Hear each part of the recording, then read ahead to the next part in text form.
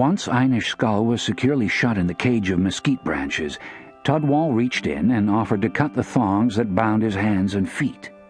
Skull had been stripped naked, too. Both the binding and the stripping were indignities he didn't appreciate, though he maintained a cheerful demeanor throughout. "Stick your feet over near the bars and I'll cut you loose," Tudwal offered. "Then I'll do your hands. You won't be able to catch no pigeons with your hands tied like that. You'd starve in 10 days, which ain't what he has in mind. When he hangs a man in a cage, he expects him to last a while." "I have never cared much for squab," Skull said. "I suppose I can learn to like it if there's nothing else." "A Mexican we hung off this cliff caught an eagle once," Tudwal said. "But the eagle got the best of him, pecked out one of his eyes." "I notice you blink, sir. What happened?" Skull said. "A sparrow get you?"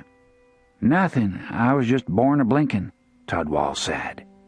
The insult, as Skull had feared, didn't register. "But you weren't born in Mexico," Skull said.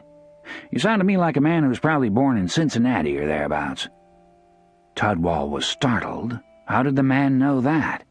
He had, in fact, been born on the Kentucky River not far from Cincinnati. "You're right, Captain, but how'd you know that?" Tudwal asked. "I suppose it's your mellow tone," Skull said. He smiled at the man, hoping to lull him into a moment of inattention. The cliff they were about to lower him over seemed to fall away for a mile. Once they lowered him, his fate would be sealed. He would hang there in space with half of Mexico to look at until he froze or starved. He didn't relish hanging there for days or weeks, surviving on the occasional bird he could yank through the bars. Ahumado, an old Mayan come north to prey on ignorant people, white and brown, had not proved susceptible to Harvard charm. But Tudwal, the blinking man, did not seem overly intelligent. If he kept talking, he might yet fool him into making a mistake. He had obediently held his feet near the bars, and Tudwal had freed his ankles. His wrists came next, and there lay the opportunity. Tudwal looked puzzled when Skull mentioned the mellow tone. Actually, the man had a nasal voice with little mellowness in it. "Yes, sir. I've been sung too often by Ohio maidens. Some of them may not quite have been maidens at the time. The whores in the fine town of Cincinnati have lullabied me to sleep many times. Have you heard this old tune, sir?" He struck up the old ballad of Barbara Allen. "There was a fair maid dwelling in London town where I was born. There was a fair maid dwelling." Tudwal nodded. Someone far back in his life had once sung that song, a grandmother or an aunt, he was not sure. He forgot for a moment that Captain Skull was about to be dangled to his death. The song took him away, into memory, into thoughts of his mother and his sister when he had led a gentler life. As Skull sang, he held his hands close to the bars so that Tudwal could cut the rawhide thongs. He sang softly so that Tudwal would lean forward as he cut. The moment the bonds parted, Skull grabbed Tudwal's wrist and whacked it so hard against the mesquite bars that he broke it. The knife fell into the cage. He had one weapon. Then he caught Tudwal by the throat and pulled him close enough to the cage that he could reach with the other hand and yank the man's Colt pistol out of its holster. Now he had two weapons. He would have preferred to conserve bullets by strangling Tudwal, but the man was too strong. Before Skull could get his other hand on Tudwal's throat, he twisted away, forcing Skull to shoot him dead, the sound echoing through the yellow canyon. The four dark men who had been waiting to lower the cage immediately took their machetes and trotted away. Ahumado was still back at the crater where the feast was being held, waiting on his blanket. He would have heard the shot. "There, you Cincinnati fool, I warbled you to death," Skull said. His situation had improved dramatically. He had a knife and a gun and 5 bullets.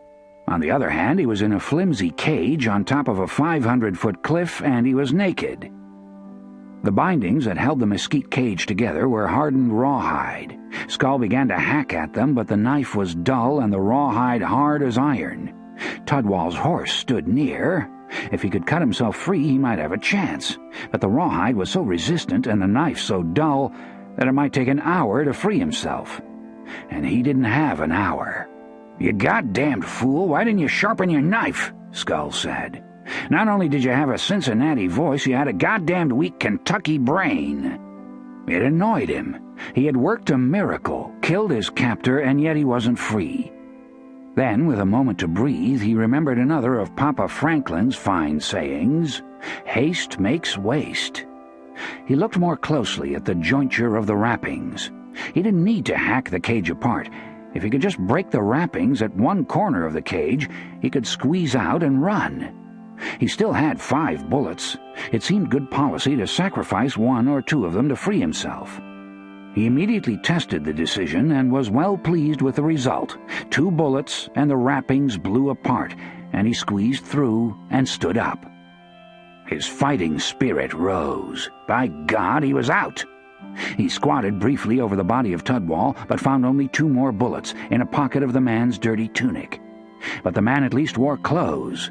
Skull hastily stripped him and pulled on his filthy pants and tunic. They were too large, but they were clothes. The paint horse stood not 30 feet away. Its ears were up. It looked at Skull nervously. "Steady the yardarm, light on the throttle," Skull told himself. "Haste makes waste." He had to approach calmly and slowly. He could not afford to spook the skittish animal. Without the horse, the dark men would soon run him to earth. The fact that he wore Tudwall's clothes was an advantage. The man's smell lingered in the filthy garments. He could plainly smell it, and no doubt the horse could too. "Bible and sword, that's good of you, boy," he said, walking slowly toward the horse. "Be a good nag now, be a good nag. You're an ugly nag, but I'll overlook that if you'll just carry me to Texas." The horse pawed the ground once, but did not retreat. Skull came on steadily and soon had the bridle rein in his hand. In another moment he had Tudwall's rifle out of its scabbard and was in the saddle. Then, to his intense annoyance, the horse began to crow-hop. Skull had no skill with broncos, as the Texans called bucking horses. He had to grab the horse's mane to keep from being thrown, and in the process, to his intense vexation, dropped the rifle. Finally, the crow-hopping stopped, but by then Skull was not sure where the rifle was. He saw a line of men on the horizon and knew that he had no time to search for the gun. He sawed the reins until he had the paint pointed north and then urged him into a dead run. "I'm gone," he thought, "I'm gone." But then he heard the whirl of bolas as the dark men rose up from behind a low ridge. The running horse went down hard. Skull flew a good distance and lit on his shoulder. As he rose, more bolas were flying at him. One wrapped around his legs. He quickly shot 2 of the dark men, but a third dashed in and hit him on the head with the flat side of a machete.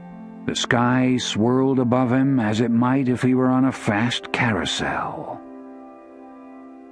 This time Ahumado supervised the caging.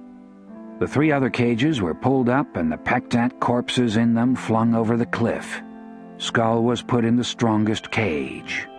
He was dazed from the blow to his head and made no resistance. Ahumado let him keep the clothes he had taken from Tudwall. "I have no one to put in these cages," the old man said. "You will be alone on the cliff." "It's a fine honor, I'm sure," Skull said. His head rang so that it was a chore to talk. "It is no honor, but it means that many birds will come to you. If you are quick, you can catch these birds. You might live a long time." "I'll be quick, but you ain't smart, senor," Skull said. "If you were smart, you'd ransom me. I'm a big Hefe. The Texans might give you 1,000 cattle if you'd send me back. Your people could live a good spell on 1,000 cattle," he added. Ahumado stepped close to the cage and looked at him with a look of such contempt that it startled Einish Skull. The look was like the slice of a machete. "Those are not my people, they are my slaves," Ahumado said. "Those cattle in Texas are mine already. They wandered there from Jaguar's land and parrots. When I want cattle, I go to Texas and get them." He stopped and stepped back. The force of his contempt was so great that Skull could not look away. "You had better try to catch those fat pigeons when they come to roost," the old man said. Then he gestured to the dark men and turned away. The dark men put their shoulders against the cage and nudged it outward over the lip of the great cliff. Slowly, the men who stood at the post began to lower it into the yellow canyon. The cage twisted a little as it was lowered. It twisted and swayed. Einish's skull held tightly to the mesquite bars. The height made him dizzy. He wondered if the rope would hold. Far below him, great black vultures soared and sank. One or two rose toward him as the cage was lowered, but most of them pecked at the remains of the corpses that had just been thrown off the cliff.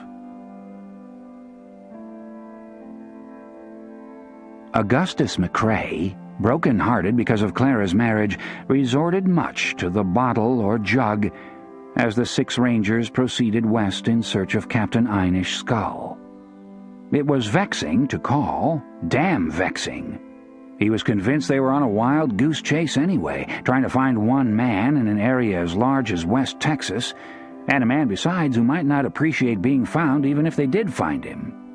"It's 2 men, Woodrow," Augustus reminded him. "Famous Shoes is with him." "Was with him. That was a while ago," Call said. "Are you too drunk to notice that time's passing?"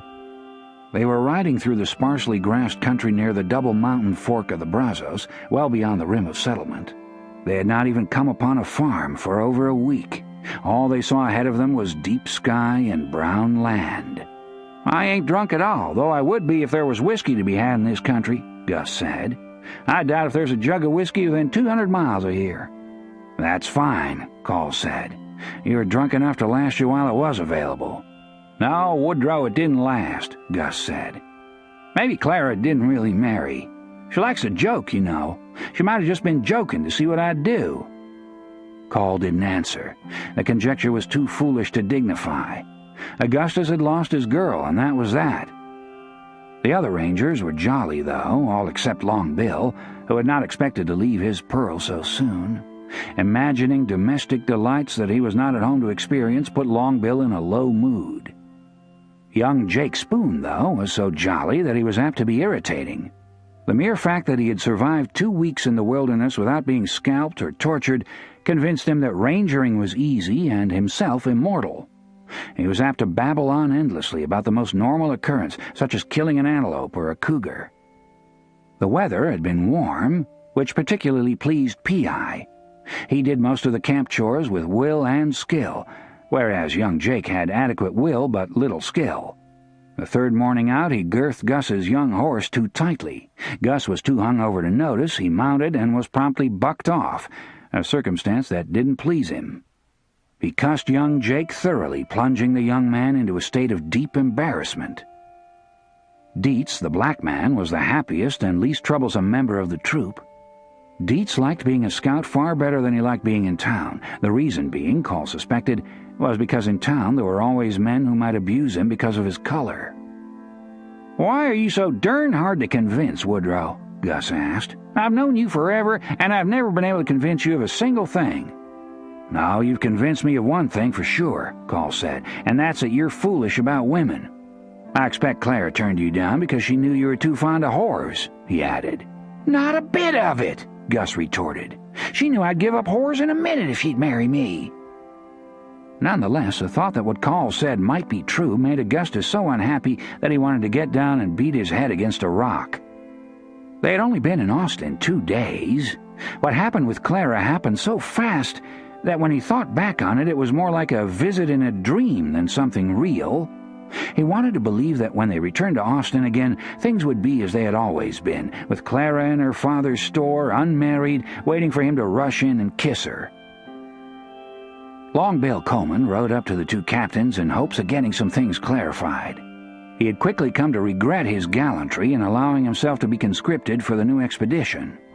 Adjusting to the racket of domestic life was hard for him after a long trip. It might have been a little quieter had Pearl not insisted on keeping her chickens in the kitchen, but Pearl couldn't stand to be parted from her chickens. So there was the racket to contend with, on top of which Pearl was a fervent woman who liked to make up his absences by lots of fervor, An overwhelming amount of fervor at times, in fact. Thus, Long Bill was subjected to conflicting feelings. Part of him wanted Pearl and her fervor, while another part longed for the peace of the prairies. For the moment, he seemed to have the peace of the prairies, though there was no guarantee that the peace would hold. Several times, moving west along the rivers and creeks, they had struck Indian sign, enough Indian sign to make Long Bill nervous. His opinion of the matter, now that he was too far west to do much about it, was that he ought to have stayed with his wife. The chickens, after all, could be tolerated. Better chickens than Comanches. "Shut up, Bill. I don't know where we are, and neither does Woodrow," Gus said when he saw Long Bill riding up, an interrogative look on his face. "I never asked a question," Long Bill pointed out. "No, but you were about to. I seen it in the way you was holding your mouth," Gus said. "I just wanted to know when we give up on finding the captain," Long Bill said. "I got chores to do at home." "You're a ranger, and that comes first," Gus said tartly. "Your wife's big and stout. She can do the confounded chores." "Well, but she's got a baby in her. That will slow some women down," Long Bill said. "Rather than arguing, we need to be paying attention to the trail," Call said. With Augustus in such an uncertain temper, he wanted to cool things before the argument became a fist fight. "What trail?" Gus said. "There's no trail. We're just following our noses, and our noses are pointed west." "That's what it looks like to me," Long Bill said. "Captain Skull's got clean away. When do we go back?" "I guess we'll go back when we've gone far enough," Call said, aware that it was no answer. "Well, but what's far enough?" Jake Spoon asked, thrusting himself into the conversation, and not for the first time either. P.I. Parker would never have intruded when his elders were talking. P.I. offered an opinion only when asked for one, which was seldom. He tried to determine correct procedure by watching his elders. Jake Spoon didn't think in terms of elders or superiors. It never occurred to him that there were times when the two captains might not want to be bothered with a youngster. Jake just barged in and asked his question. "We're not to the Pecos yet," Call said. "If we don't strike his trail between here and the Pecos, I expect we ought to go back." "I think we ought to look in Mexico myself," Augustus said. "Why?" Call said. "We had no orders to look in Mexico." "No, but there's whores and tequila in Mexico," Gus said. "Bill and me, we could drown our sorrows." "I ain't going all the way to Mexico just so you two can drown your sorrows," Call said. "Woodrow always changes the subject when the talk turns to women," Augustus said. "I didn't know the talk was even about women," Call said. "I thought we were talking about when to give up on the captain and go back home." Long Bill Coleman, to his own surprise and Call's, suddenly burst out with an opinion that he'd been holding in for months. "A man ought to marry, Captain," Long Bill said. "It's a lonely life not having no woman to hold on to when you bunk down at night." Call was so startled by the remark that he hardly knew what to say. "I'm usually working at night, Bill. I don't spend much time in a bunk," he replied finally. Long Bill's Adam's apple was quivering and his face was red. Call had seen him fight several fierce engagements with the Comanches and exhibit less emotion. "I don't know that little Maggie Tilton too well, but I do know she wasn't meant to be no whore," Long Bill said. "She was meant to be a wife, and she'd make a fine one." Then, embarrassed by what he had said, he abruptly shut up and rode away. "Amen," Gus said. "Now, you see, Woodrow, the sooner you marry Maggie, the happier the rest of us will be." Call was amazed. Here they were in the middle of the wilderness on a dangerous assignment, and Long Bill Coleman, the solidest man in the troop, had seen fit to deliver a public lecture urging him to get married. Surely the decision to marry was a private matter that need only be discussed between the couple who were thinking of marrying. Worrying about it while patrolling the Double Mountain Fork of the Brazos struck him as highly inappropriate. It would only distract them from the business at hand, which was rangering. While on patrol, he liked to give his full attention to the landscape, the men, the horses, tracks, sign, the behavior of the birds and animals they spotted, anything that might help keep a troop of men alive in a country where a Comanche raiding party could swoop down on them at any moment. It was no time to be clouding the mind with issues of marriage or lustful thoughts, and the mention of slim Maggie Tilton did lead to lustful thoughts. Many a night on guard he had been distracted by the thought of Maggie, It was just good luck that he hadn't come under sudden attack at such a moment. Long Bill, embarrassed by his own impertinence, avoided call for the rest of the day. Augustus, as surprised by Long Bill's statement as call had been, thought it best to avoid the subject of marriage for the rest of the day. That evening, as soon as he'd had coffee and his bite, Call walked away from the campfire and sat by himself all night. "I doubt he'll marry her, Gus," Long Bill whispered to Gus McCrae. "I doubt it too," Gus said. "He ought to, though. You're right about that, Bill." In the middle of the next afternoon, they heard the crack of gunshots from some low rocky hills to the north. Then a dog bayed, a hound of some kind. They had just watered their horses at a thin trickle of creek with a few wild plum bushes scattered along it. While the horses were taking in water and the men relieving themselves of it, Dietz hurried up and down the little creek looking at the plum bushes. Of course, it was too early in the year for plums yet, but he liked to make note of such things in case they passed that way in June, when the sweet plums would be mature. When the shots rang out, Dietz came hurrying back. There were 2 shots, and then silence, except for the hound. Since the party was so small, Call and Augustus decided they had best stay together. They could not afford to send one man to scout. He might be surrounded and cut down. "That ain't a real hound," Augustus ventured. "It's a damn Comanche imitating a hound. They can imitate anything, you know, Indians can." All during his years as a ranger, Augustus had been prone to anxiety because of the Indians' well-known ability to perfectly mimic bird songs and animal sounds. He had never actually caught an Indian imitating a bird, but he knew they could. Long Bill Coleman shared this particular anxiety. "That's Indians for sure, Captain," he said. "They're trying to make us think there's a hound over in those rocks." Call didn't share the anxiety. Dietz himself could mimic several animals and most birds. He could perfectly imitate the snuff an armadillo makes when startled, and Dietz wasn't an Indian. Besides, there was an abundance of wildlife, birds and animals, that did an excellent job of making their own sounds. The ridge of shaly rock where the shots had come from looked uninviting, though. The ridge wrinkled the prairie for miles and could easily shelter an ambushing war party. "They're there, Woodrow," Augustus said. "They're just waiting till we get closer. Look to your weapons, boys." Young Jake Spoon was so terrified that he felt frozen. He put his hand on his pistol but was too scared to pull it out. If an Indian did come running at him, Jake felt the fright alone would kill him. He realized he had been wrong not to stay in town. He felt as good as dead and just hoped the termination would be as quick and painless as possible. "Well, if that's a Comanche, he not only sounds like a dog, he looks like a dog," Call said. A large gray hound had just appeared, trotting back and forth amid the rocks. Long Bill felt immediate relief. "Well, I know that dog," he said. "That's old Howler, Ben Lilly's dog. Ben probably shot a bear. That's all he does, shoot bears." "I doubt there's many bears out in this country," Gus said. "There's one less now. Ben Lilly, he's deadly on bears." The sight of the large gray dog dispelled the general apprehension. As they drew closer to the rocky ridge, the hound started howling again, a dismal sound, P.I. thought. He had never been overly fond of the canine breeds. Sure enough, when they clattered over the rocks that covered the ridge, they came upon a large, stooped man in buckskin clothes, skinning a young brown bear. The man's thick hair and long beard were evidently strangers to the comb or the brush. He favored them with a quick glance and then went on with his work. "Howdy, Mr. Lilly," Long Bill said. "What are you doing out here on the Baldies?" He had intended the remark to be jocular, but Ben Lilly took it literally. "Skinning a bear," he said.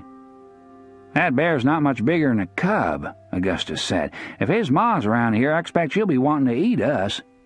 "Shot her yesterday," Ben Lilly said. "Took us a day to catch up with the cub. Howler and me, that's us." Call thought the man looked daft.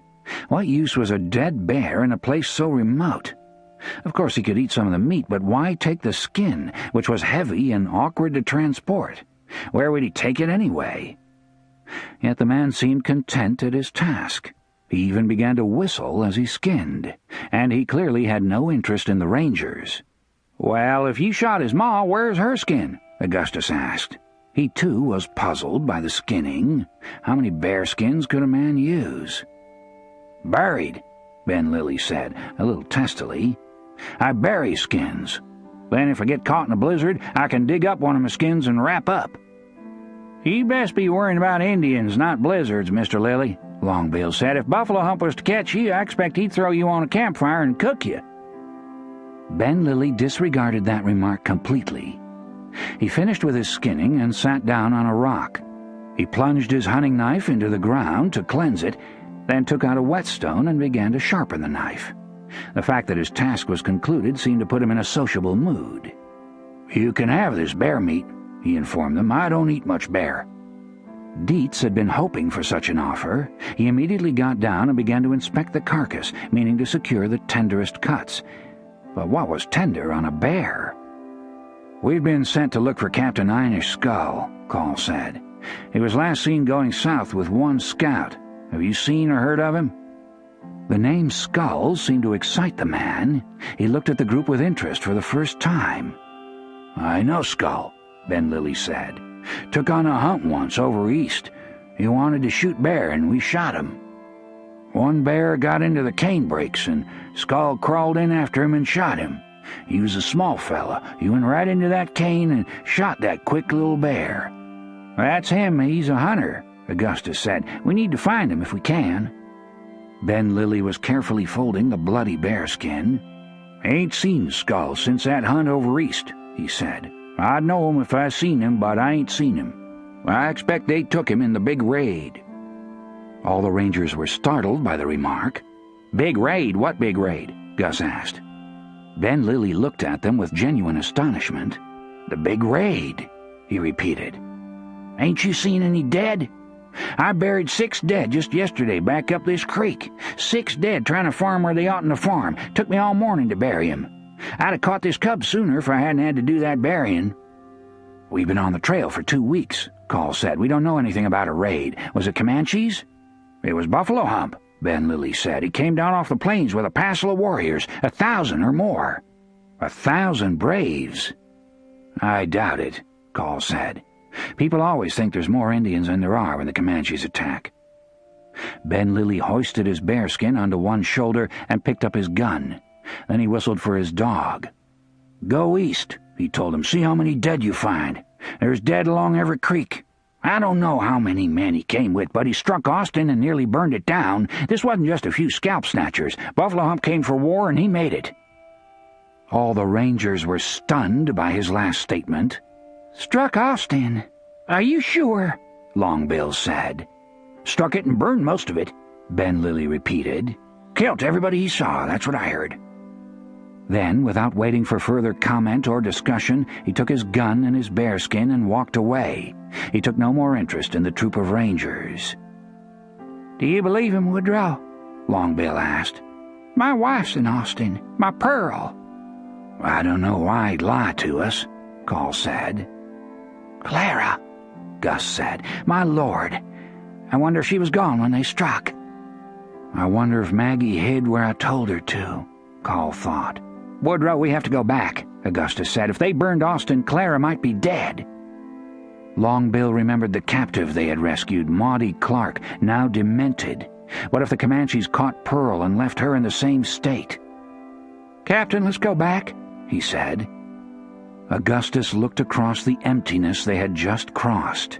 Now they would have to recross it, riding for days and days in great anxiety. "Lord, I wish I was a bird," Gus said. "I wish I could just fly home." "You ain't a bird, Gus," Call said. All the rangers, even Dietz, seemed stunned by Ben Lilly's news. An Indian force large enough to strike Austin and burn most of it was a calamity greater than they could immediately comprehend. Call felt stunned, too. The first time he and Augustus had gone into the Pecos country with a small surveying troop, 9 Comanches, led by Buffalo Hump, had attacked them, killed 3 men, and captured their ammunition. None of the 9 Comanches had been so much as grazed by a ranger bullet. If 1,000 warriors had indeed come into the settlements, there might be little to defend by the time they reached Austin. "You ain't a bird," he said again to Gus. "We can't fly it. We'll have to ride it. And we don't want to wear out these horses because horses won't be easy to find on the way back. Buffalo Hump's probably run off most of the horses from the ranches out this way." "I don't care about the darn horses. I just hope he ain't took my wife," Long Bill said. "Took her or killed her. I don't think I can do without my Pearl. I should never have left her not to come on no silly chase like this." Augustus, though heartsick himself, saw the anguish on Long Bill's face and thought if he joshed him a little it might help. "Now, Billy, don't worry," he said. "Pearl's too bossy to steal. She'd argue those Comanches to a frazzle. I expect she'll be there ready to boss you when we get back." The witticism had no effect. Long Bill looked no less anguished. The rangers sat in silence while Dietz finished taking what he hoped was tender cuts of the bear meat. "I guess Captain Skull will have to find his own way back," Call said, looking south. Then he turned his horse, and the little troop began the long ride home, every man wondering what they would find when they got there.